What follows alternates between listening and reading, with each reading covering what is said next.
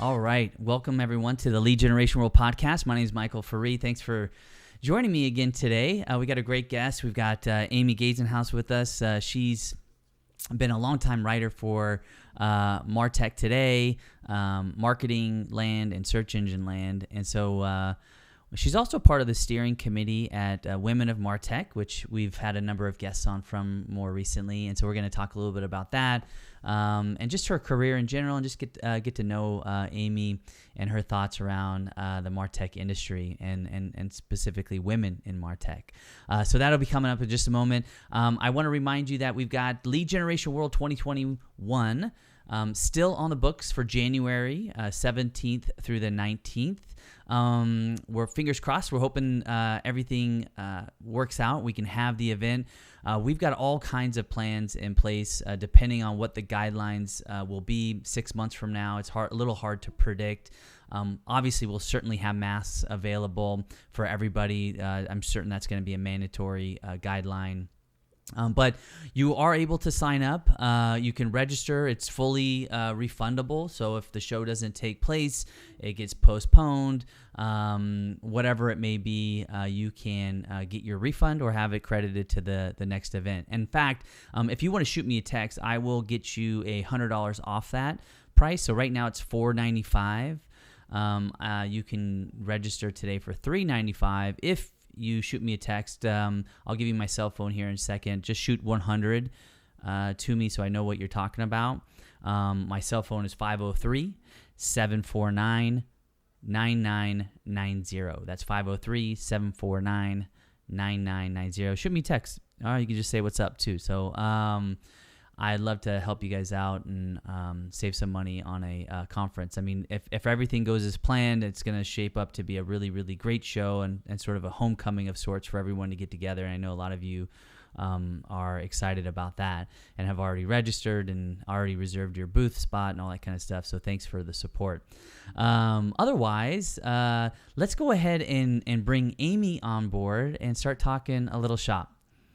All right. Welcome to the Lead Generation World Podcast. My name is Mike, as you know. I've got Amy Gesenhues here with me today. Amy, welcome to the show. Thanks for having me, Mike. Yeah, I'm really excited to learn more about you and what you're up to these days. And I just kind of want to ask you a question. Who is Amy Gesenhues? Well, today she is a freelance MarTech writer. So I was up until June of this year, I was formerly the senior editor for Martech Today and Marketing Land. And I decided in June to leave my full-time role and start a business doing writing services for MarTech companies and agencies. And I've been very fortunate that I have a regular set of clients that I'm currently working with. And so today's Amy is, I started the day revising, fine-tuning a case study I'm working on. After talking to you, I will be working on actually 2 blog posts for MarTech clients, and we'll try to fit in a trip to Target to buy school supplies since our kiddos are starting their school programs this week. So, well, I put you on the spot because I wanted to see what you were going to say for a number of reasons. I know who you are. I know your job. We're going to go through a little bit of your history and all that sort of stuff. But I thought so you're sort of a guinea pig with that question. So thank you for taking no problem. I hope I passed the test. Yeah, you know what? My initial thought was, I wonder what Amy's going to say who she is, and how she's going to describe herself, just in without having to formulate necessarily, a premeditated answer to it. So I was just kind of curious what people, and I think I'm going to start asking that same question to other people as well. But we know you're a writer and focused in marketing. But I was looking through sort of a little bit of your history, of course. And you went to Auburn, which is awesome. And unfortunately, I'm sure you're a big football fan, and maybe even a little disappointed that there's not going to be football this year. Right? I want what's best for the players and students, obviously. Yeah. And 100%. So yes, I did go to Auburn. I am, War Eagle through and through. I grew up in near Louisville, Kentucky, which is where we live now. So I grew up in basketball country. Yeah. And my whole family were, going back to Denny Crum days, we're big basketball fans. And I went to Auburn, not as a football fan, but obviously quickly acclimated to the environment. It was a bit of a culture shock all around. So, yeah, it's an interesting mix of allegiances sports-wise growing up here, in U of L and UK basketball country, and then going down. Both of those programs now, or colleges now, have football programs, but it was nothing like what Auburn and Alabama were back when I was there. So yeah. Well, you were I think it was an English degree, correct? English major, yes. English major and women's studies minor, which fits into the Women of MarTech. Here we are. Okay, yeah. okay. Well, we'll get to that. That is a good tie-in. But I'm kind of curious though, because an English major, I don't know what your aspirations were when you were initially going to school and doing this degree, but coming out of school, you got an account executive position and a marketing role. Yes. So when I graduated, I was going to go to grad school, and I was going to get my MFA, and I was going to be a novelist. And I spent the summer waiting tables and thought, there's no way I can do this. I was not cut out for that life, and I didn't know how I was going to support myself in grad school. And I ended up getting my first career type job out of college was with an agency. And I came on like as admin help, and then was promoted to an AE position. And that path, at the time, I was young and following the money, obviously. And it moved me further away from my creative aspirations, going towards account executive roles. I eventually switched over to the client side and got to do more marketing, which involved more writing. So I got to get reassociated with the writing that I had went to college for. But it wasn't until it's been almost 8 years now. I just followed that career path in marketing and went further and further down the road. And I ended up being a marketing director for a small tech company in Louisville, Kentucky. And I just hit a point in my career where I wasn't doing the things I wanted to do.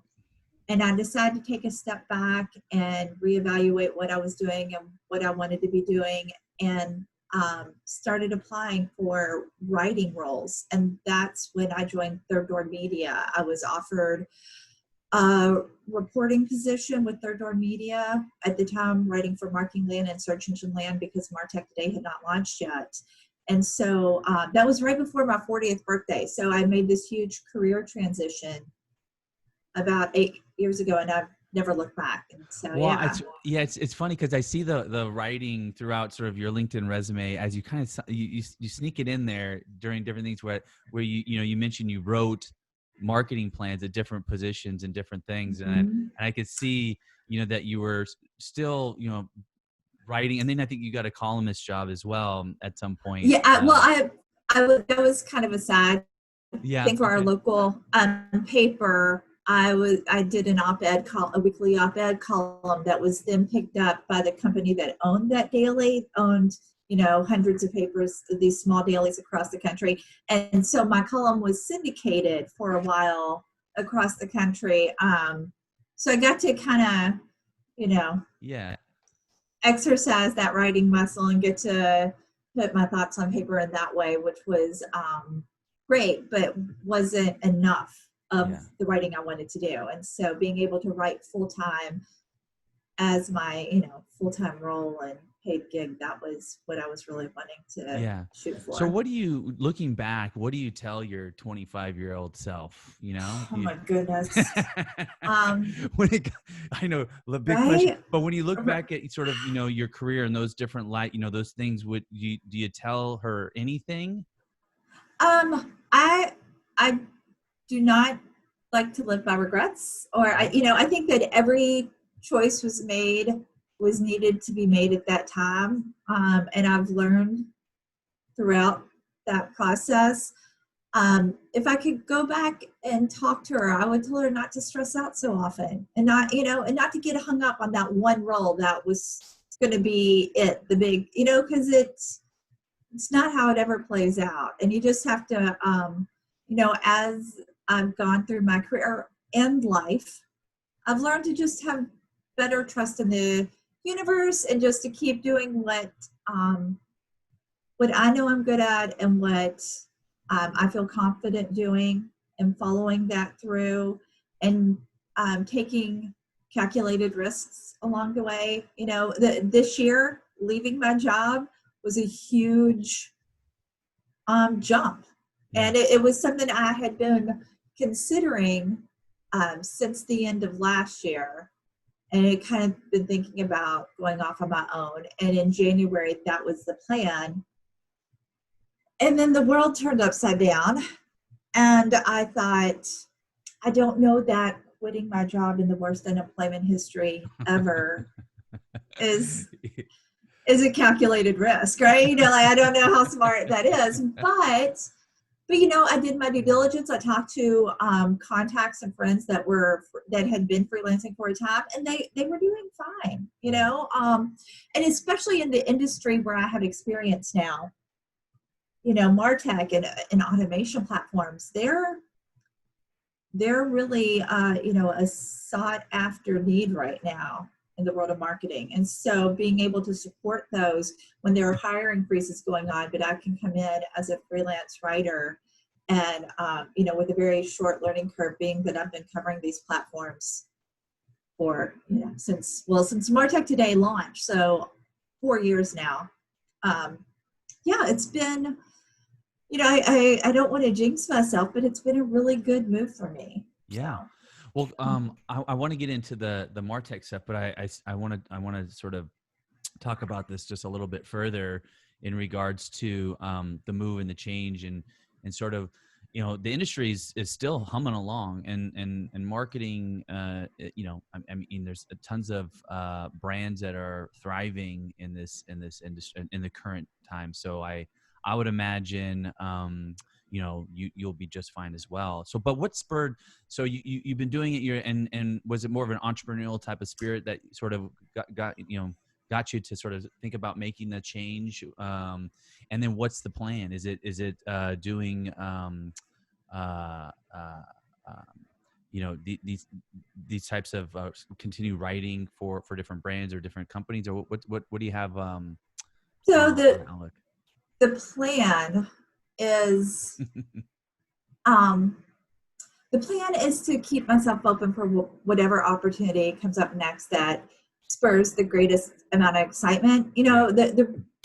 The reason I began to consider going off on my own was, and numerous reasons. I'd been with Third Order Media for 7 years, and I was wanting more flexibility in my career, more control over how I spent my day. All that. Yeah. Third Order Media is an amazing company, and I really, I'm still very close with Jenny Marvin, the editor-in-chief, where we talk weekly, if not daily, either through text or whatever, just keeping up. She's a close friend of mine. I couldn't be more thankful for the opportunities I had there. I was just ready for something new, and and my writing goals go beyond MarTech. And I wanted to create a lifestyle that would allow for more time to do the types of writing I want to do that I'm not necessarily getting paid to do. Yeah.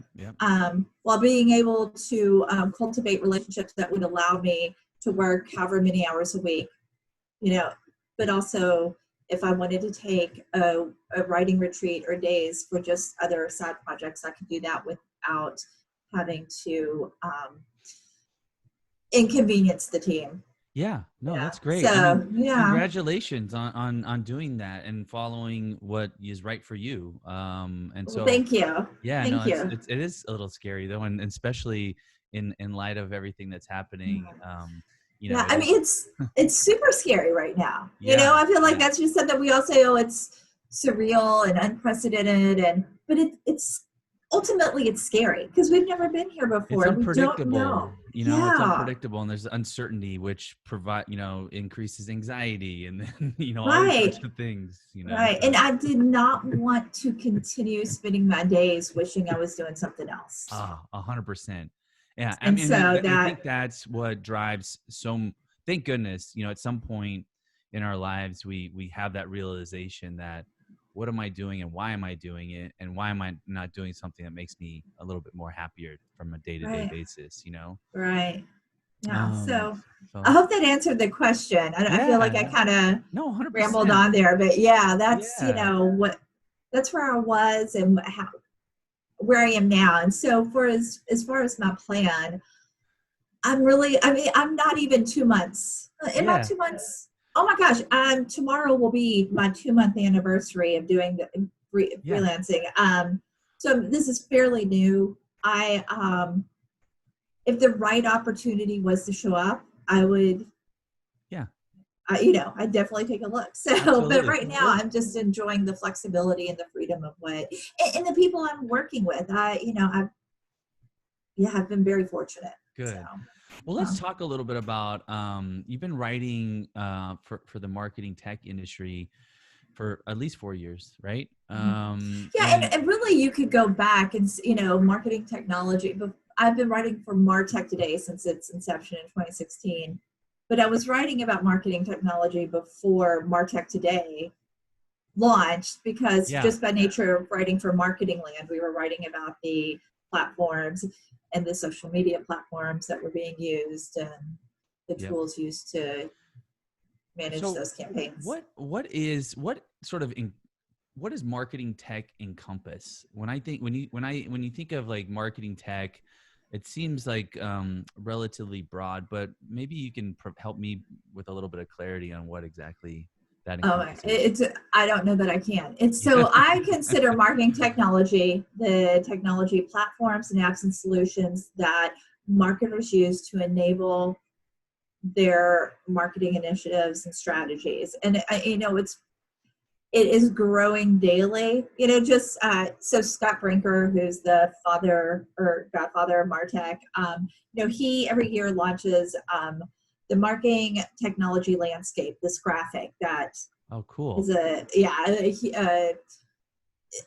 it began, golly, let's see, it's I think he's in his, I should know this, eighth or ninth year of launching this annual super graphic, and this year there were 8,000 Holy mackerel. Yeah. solutions in it.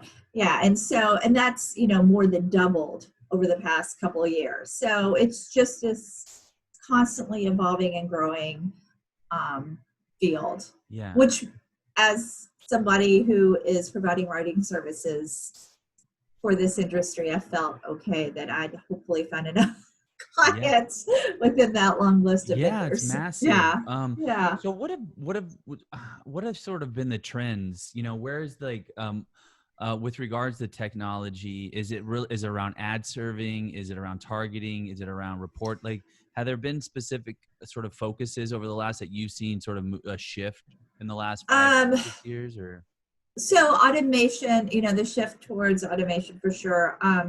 The and not just in the capabilities, but also the trends in consolidating, platforms coming together, integrations, the ability to connect and be this kind of one-stop solution Yeah. is the big trend, and whether or not a platform is able to pull that off. Other trends, CDPs are the big platform, CDPs. customer data platform. So it's like the core platform that pulls in customer data info that can then be used to personalize campaigns, to um, Yep. collect more insights into the customers and the audiences you're targeting. So there are numerous trends happening simultaneously. Can I ask you about automation just for a second? When we talk about automation from a marketing standpoint, is it around ad creation or optimization, or what is it? Something else, or is it bigger? It's all of it. It's all of it. It's so automation can be anything from campaign automation, right, to email automation, so that you have drip campaigns. Automation in how ads are personalized per audience segments and delivered when using targeted platforms for paid ads, social advertising. Yep. Got it. Yeah. I was just kind of curious because that's obviously when I think of it, it's like, okay, well, automation's massive, right? And especially in the marketing. And especially in lead gen, the lead gen role, right? So like demand gen is the new, I'll even say it's the new, but it's a big buzzword, right? And these are the roles that are being brought in, the demand gen experts to help create automated campaigns to, target as many consumers as possible in a personalized way that results in the biggest returns. Yeah. No, I mean, I just imagine you being just overwhelmed with so much, so many different companies and platforms and things that are happening within that marketplace that you really have a plethora of different things you can be writing about. But I bet it's somewhat difficult to stay focused on a specific line, or is that the approach? Yeah, absolutely. It was overwhelming. It was also fascinating to be able to connect the dots in ways as these platforms evolved and you saw their capabilities expand, and you saw businesses merge and so forth. It was overwhelming, but it was, I'm trying to articulate this in the best way possible. I wanted to make sure at the publication, we wanted to be sure to bring the most relevant and information and news and coverage and content to serve our audiences. So what was the most difficult part was, being able to identify the technologies that really were doing what they said they were doing, how these teams were using this technology, everything from artificial intelligence and machine learning to the automation capabilities we were just talking about. This year, when you were looking at trends, digital transformation has been now moved to the forefront of everybody's plans. So before this year, digital transformation, meaning companies, finding new avenues towards consumers through their digital platforms, was always something they were looking to do and wanting to increase, and whether that meant becoming better at personalization or their e-com efforts. But then this year showed up and foot traffic stopped, and digital transformation was no longer just like something they were needing to do. Now it's something everybody has to do if they're going to survive, as far as brands, especially when brands that are working with consumers, but also those, that are B2B, are having to rethink how they communicate with their audiences, how they follow up, how they serve their audiences, the capabilities they're able to perform on a digital level. You bring up an actually interesting point too, because I'm sure there are a lot of companies or a lot of new companies that are saying, hey, this is what we do, but in actuality, maybe they're not doing it, and you have to be somewhat relatively careful about writing about a platform or company that is just giving lip service versus actually producing the results. Yeah, and that's just part of being a journalist, right? Is going deeper than what the press release says, and asking the right questions and having conversations with clients, that are using the platforms, other people in the industry. I obviously was not someone who could speak deeply about platforms across because there's just so much to know. So you have to know what you don't know, right? So and then find out from others and get that and confirm that it's accurate information, that sort of thing, as best you can, right? Yeah. So you earlier you said you had a minor in what was it? Women's studies. Women's studies. Yes, English major, women's studies minor. Yeah. So, you came to my attention through the Women of MarTech, which is a new organization that's really, like I said, on another podcast, just, shot out of a cannon, frankly. I think, 300-400 members at the moment, just a few months into it. What was your reason for, being a part of that group? And my reason for being part of that group was because, just from a broad level, the elevating women within whatever industry is something I feel passionately about. And being part of the MarTech industry, I saw so many women not getting credit for the work they had done, or not, shouting their own accomplishments. And I will say I've definitely seen some major transitions through, like conferences and events where more people are recognizing that we need more, not just women, but more diversity across the industry, especially on stages, talking about these particulars. So that was a real draw for me. Here was an organization that was focused on elevating women in our industry. And, at Martech Today had, for a number of years, conducted salary surveys to, just take a gauge of where we stood. And routinely, women, the pay gap, existed for sure between men and women within the MarTech industry. There was also clear evidence that women were less likely to get promoted. In fact, I think the stat was that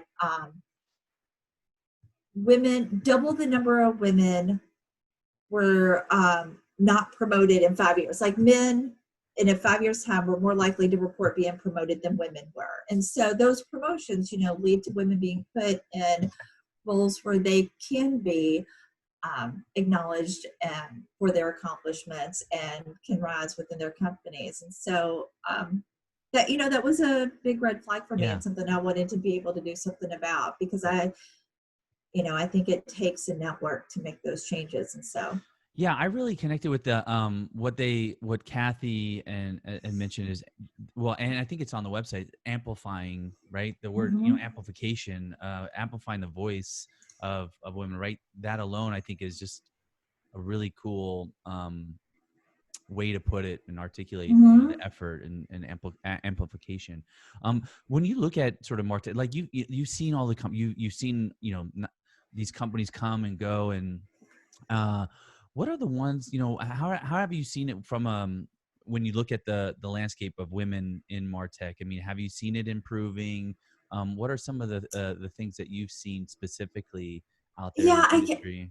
I can't say specifically as far as the number of leaders I talk to. It does feel to me that I was more often talking to men than women when I was conducting interviews with CEOs, for sure.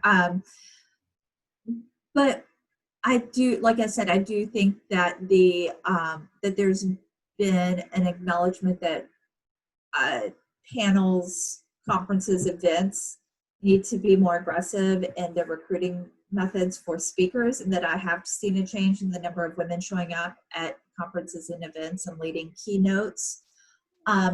I have definitely seen more women being named CMOs, Chief Marketing Officers, and not just in the MarTech industry, but across brands. So that's been, Netflix just recently named a new female CMO. I'm trying to think, Marissa Thalberg was named the CMO for, oh my gosh, it was either Lowe's or Home Depot. She's someone who's been in the marketing industry for some time now. So, they're taking over definitely leadership roles.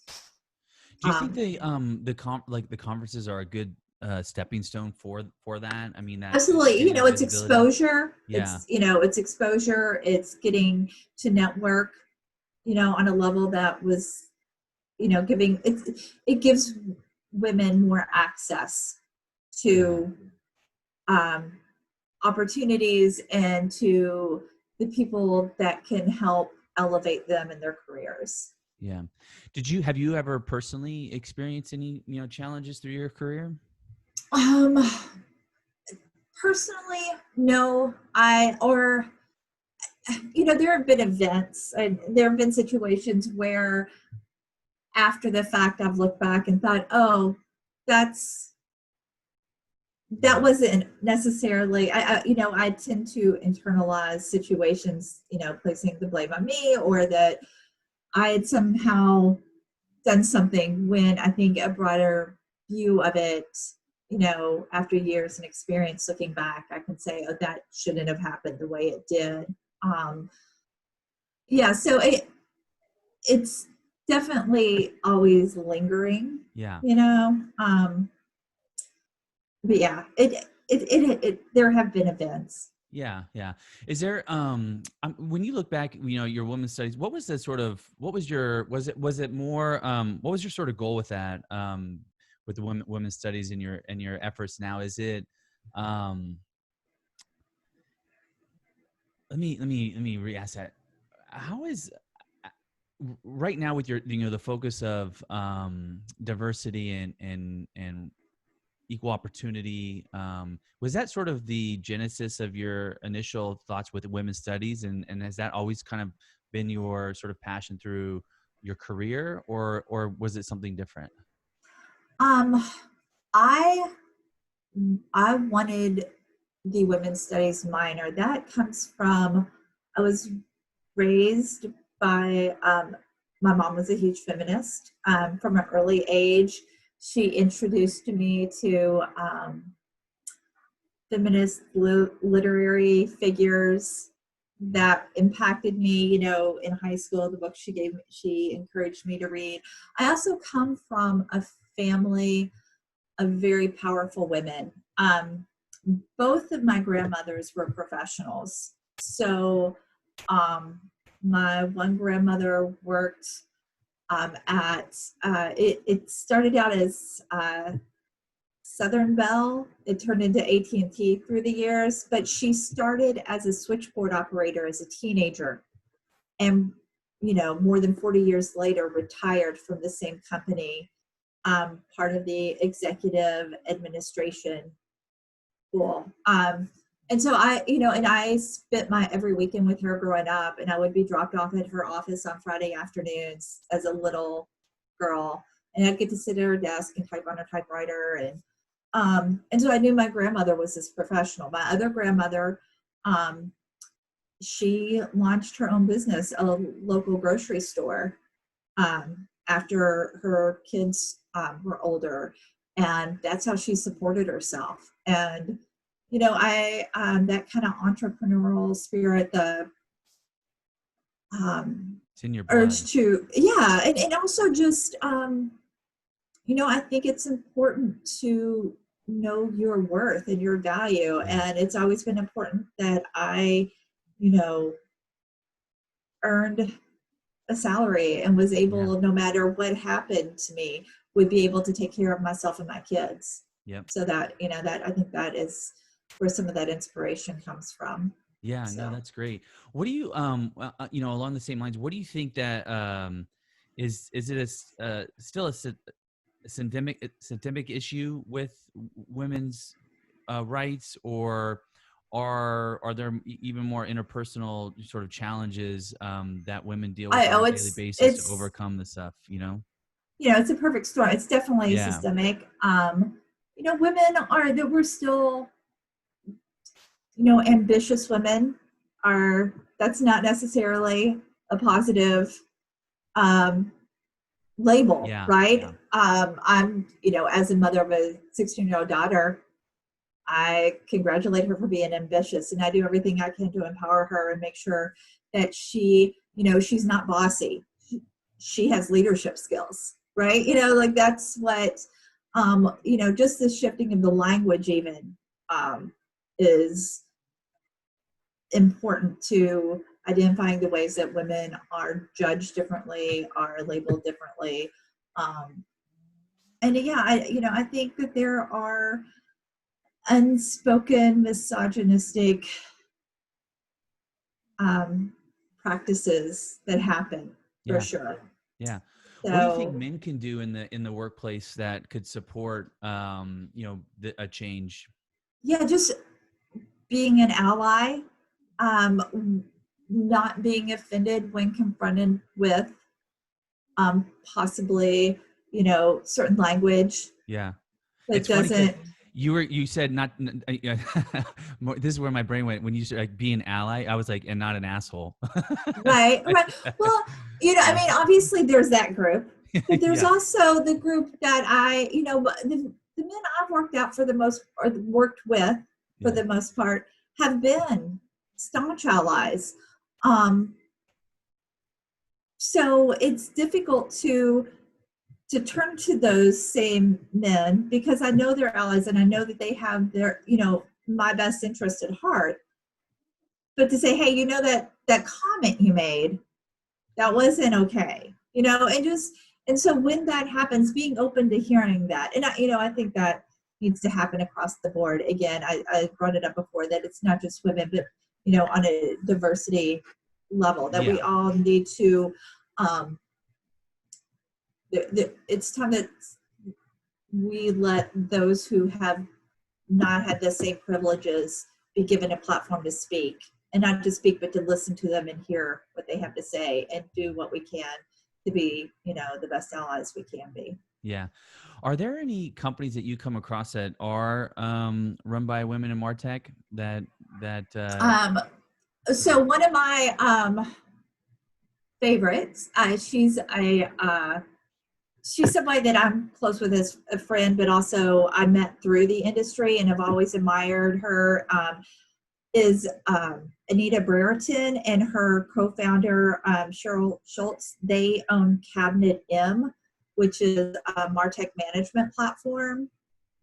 And she's pretty amazing. And she's up in Boston, their company is up in Boston. And she just has her finger on the pulse of the industry and is super smart and has just been not only a really good source for me through the years as a journalist, but just a good friend and mentor. So yeah. And it was what was her company? CabinetM?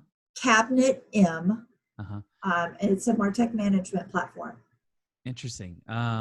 So is it a platform that sort of consolidates all different other? So for like MarTech, like directors of MarTech or people that are leading or tasked with managing their company's MarTech stacks, this helps organize those stacks and find the gaps, and just keep everything running as smoothly as possible. Yeah. And that's something that I was thinking about too. With so many different platforms and technologies out there, how does a brand even sort of manage all those different inputs and outputs and in their stack? I mean, it's got to be a challenge. It's all very meta. There's technology to manage the technology. And, yeah, absolutely. So. Yeah. Are there any other companies that you've come across that are run by women that we should note? Oh my gosh, I am going to regret not having my list beside me. It's okay. I put you on the spot. Yeah, I know. I was thinking that it'd be hard to come. I'm very bad at coming up with like things that on the spot when it comes to this. So I just was curious if you knew. Yeah, one of my she was actually my former editor-in-chief at Third Door Media, and also a great friend and somebody I admire is Michelle Robbins.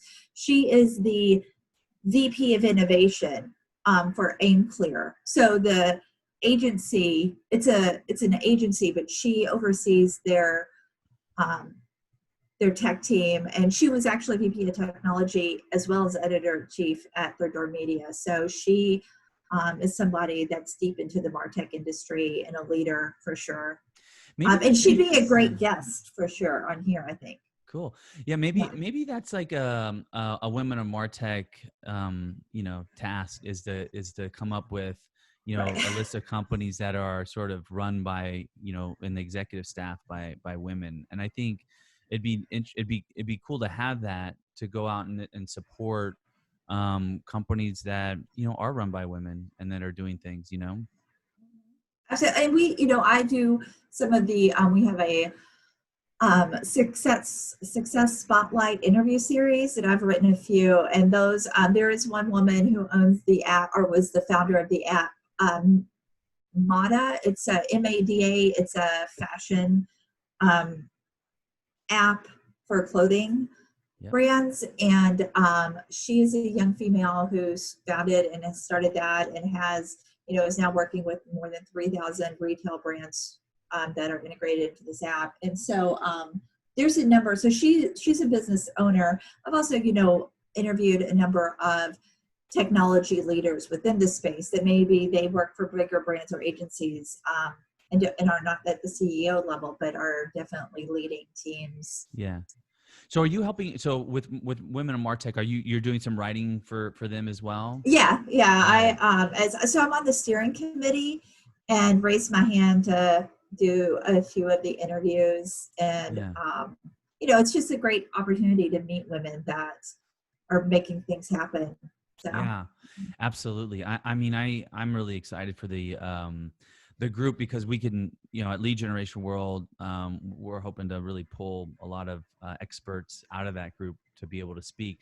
Pray to God that we can have an event, in-person event soon, but even virtual too. I saw that you actually had run a number of events as well through your career. Well, I've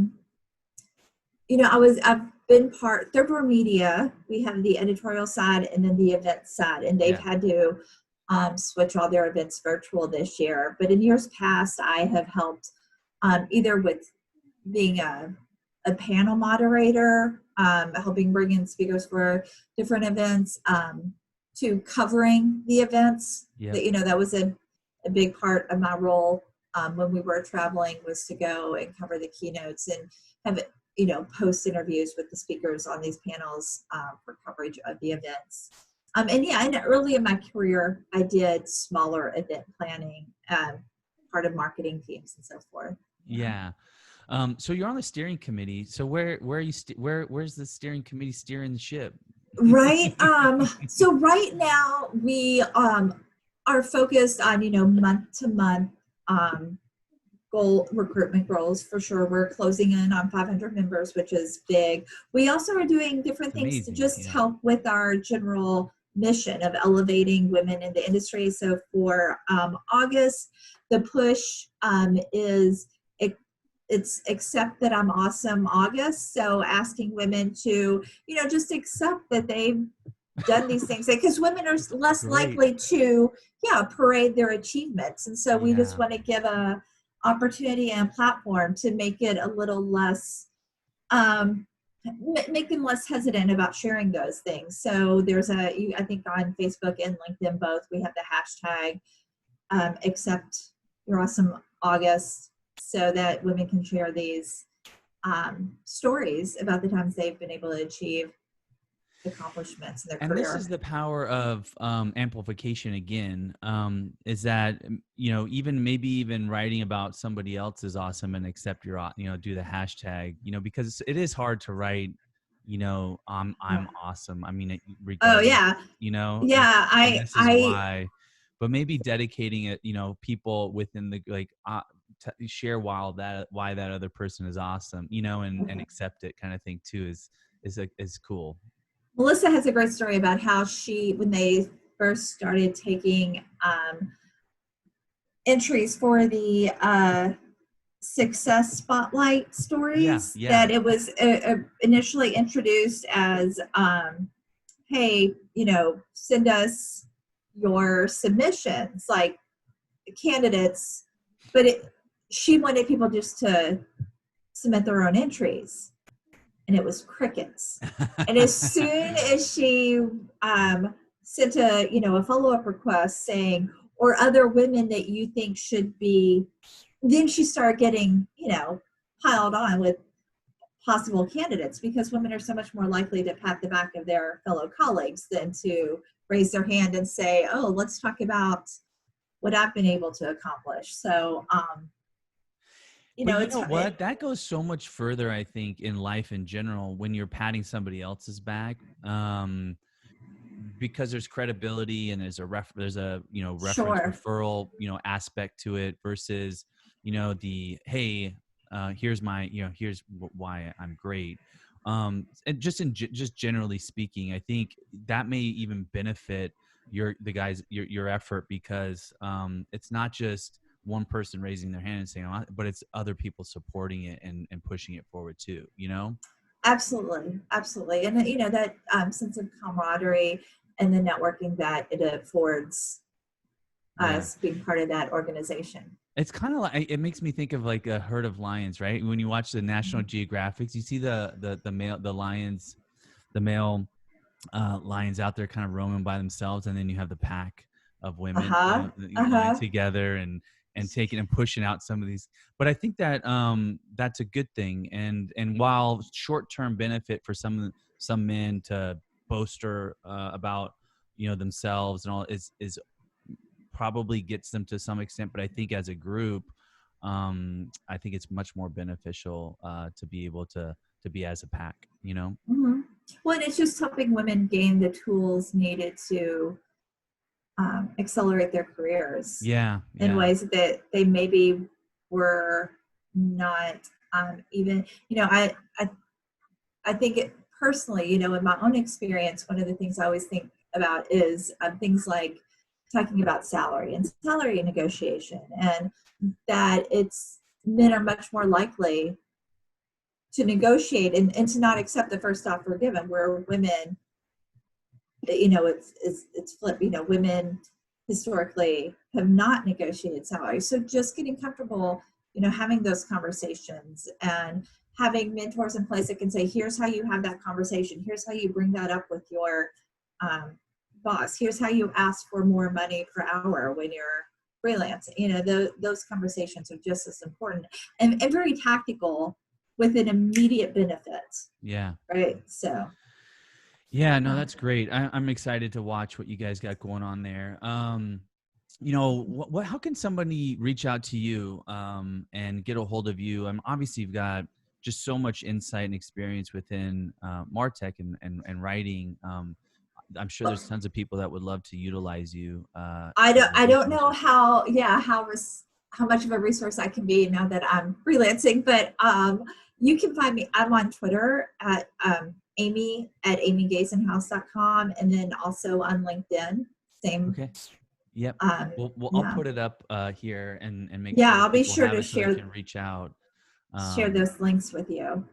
Yeah, because I think you're freelancing, and I'm sure there's opportunities out there for you to work, to help other companies and all that sort of stuff. So I definitely want them to be able to get a hold of you. Thank you. Yeah. Well, thank you for joining. It's really great to hear your story, learn more about you, and what you got going on with Women of MarTech, and I'm excited to continue to watch and see what's how the group grows. And obviously people, if they haven't heard before, they can go, it's just womenofmartech.com or .org? Correct. Women of MarTech. Yes. Perfect. So they can go there and it's free to join. It is. Yeah. Through the end of this year, membership is free, and you can do it right from the website. Yes. Perfect.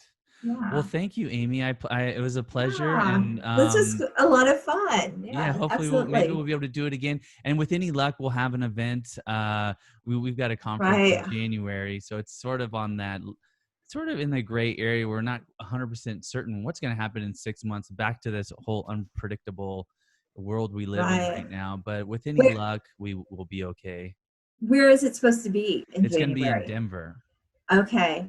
All Yeah. right. So we try to keep out of Vegas just generally. It's just one of our differentiators. We really try to find a location that has resources, food and all that sort of stuff, but is more intimate, that people aren't just Yeah. running off to the casino and doing all these other things, that, really have a good quality conversation and a good quality conference. And I personally don't think that necessarily always happens in Las Vegas. So we try Yeah. to, have some Yeah. other different I'm a options. much bigger fan of Denver than Las Yeah. Vegas. Yeah, it's a cool city. Well, especially from a pandemic standpoint too. I mean, that you just get the Mhm. sense that Denver might be a little bit cleaner than Las Vegas. Yes. Yeah. They have not taken the risks from what I've seen that, Yeah, yeah, things have been but looking pretty good. They're very stable. But the problem with all this is that we have, all these different states having different experiences, and people travel mhm. and all this sort of stuff. And even the states that do really well are going to be, affected as, in some form or fashion by those other states too. But let's cross our fingers. Let's hope we can kind of come together Absolutely. and get a hold of Yeah. all this and get back to having face-to-face things. I mean, Zoom is awesome, and I think it's been a real wake-up call for a lot of people to realize that maybe I don't necessarily need to have this office space. Maybe I don't necessarily be traveling as much. I can get on Zoom and have that connection.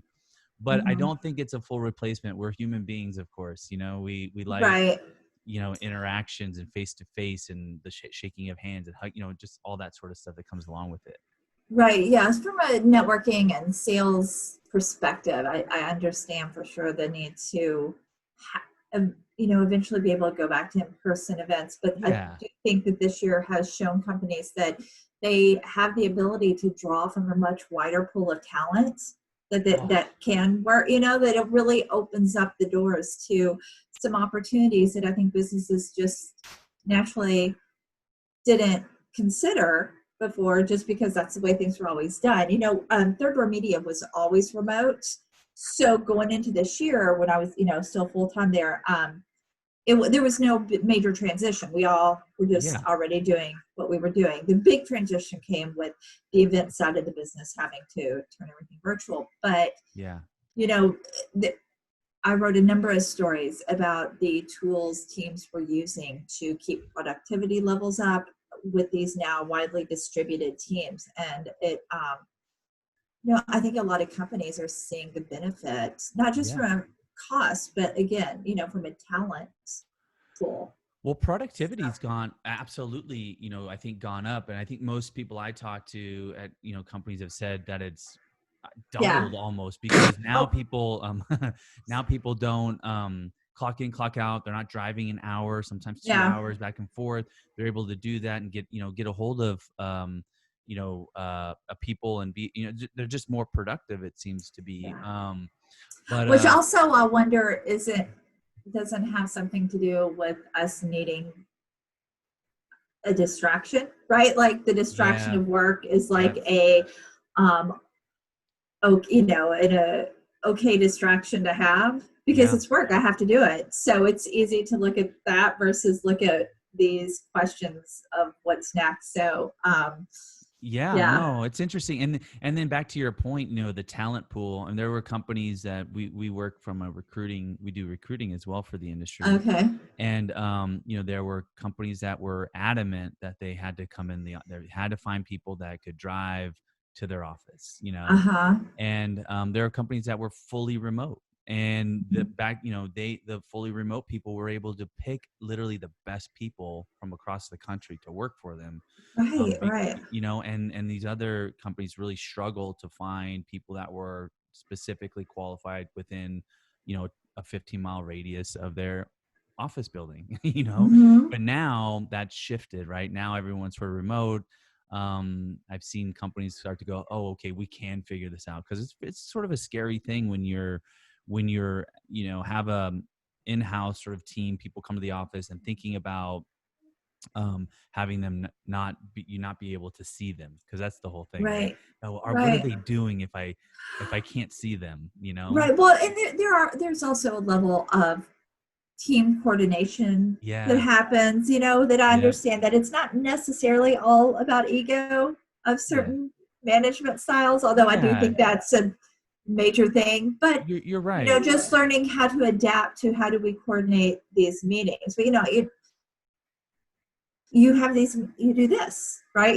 So you have Zoom and you have conference calls when Yeah. necessary, and you have tools that help keep project management tools Yeah. that help keep everybody Well, in that's a the really know. good point regarding the team and just the environment, right? Because in an Mhm. office, when people are there, you have the the talk in the break room, and the passing. You get to really have those casual conversations with people and learn, which create a bonding events and a real team family environment for a company, which is important.